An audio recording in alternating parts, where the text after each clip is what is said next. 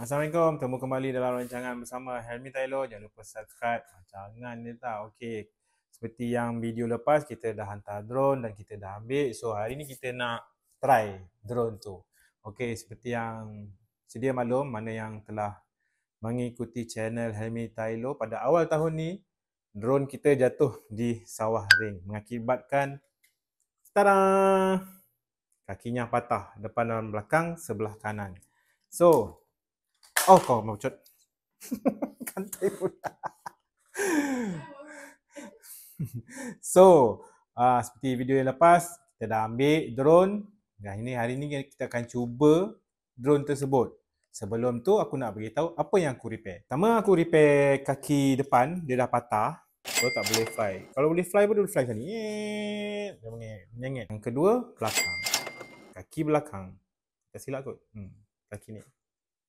Nampak tak? Okay. Yang ketiga adalah bateri.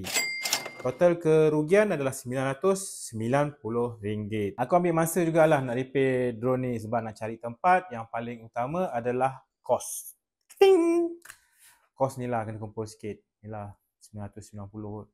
Banyak lagi benda kena boleh buat. Boleh makan durian kot. Tahu tak Rina? Rasa nak makan durian lah. Okay, aku dah survey beberapa tempat. Dan aku rasa aku pilih Drone Care. Thank you Ozzy menyiapkan dengan sepantas mungkin.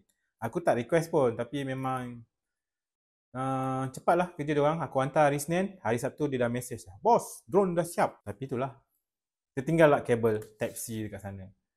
Tapi terima kasih jugalah buat Ozzy.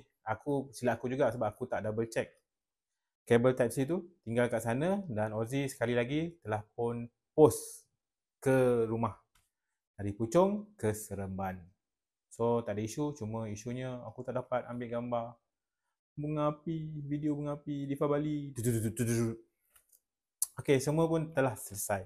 So kita orang pun telah test pagi ni dan korang boleh tengok video ni. Jangan lupa subscribe. Diriku baik-baik. Okey, pagi ni kita nak pergi test our drones after repairing at Drone Care. Sambil tu kita brisk walk. So, ni lah. Apa perasaan dah brisk walk pagi ni? Okay.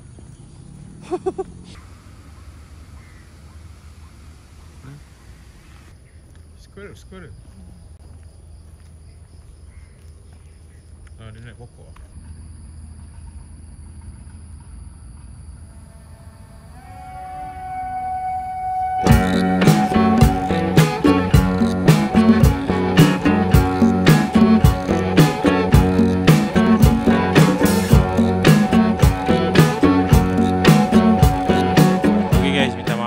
Quality video, so aku hanya boleh mampu dengan screenshot sebab SD card aku lupa bawa.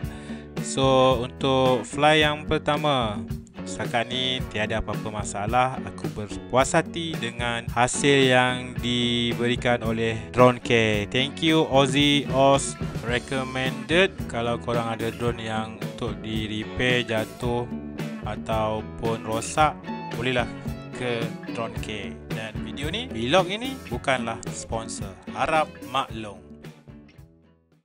Pak Gaya semua berjalan lancar setakat ni. Setakat ni lah. Terima kasih Drone Care. Walaupun awak tertinggal kabel saya di belakang ni.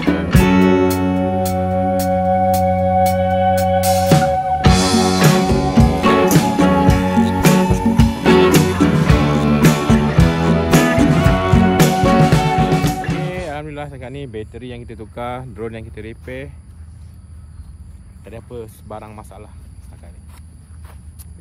Okey, kita sambung brisk walk balik.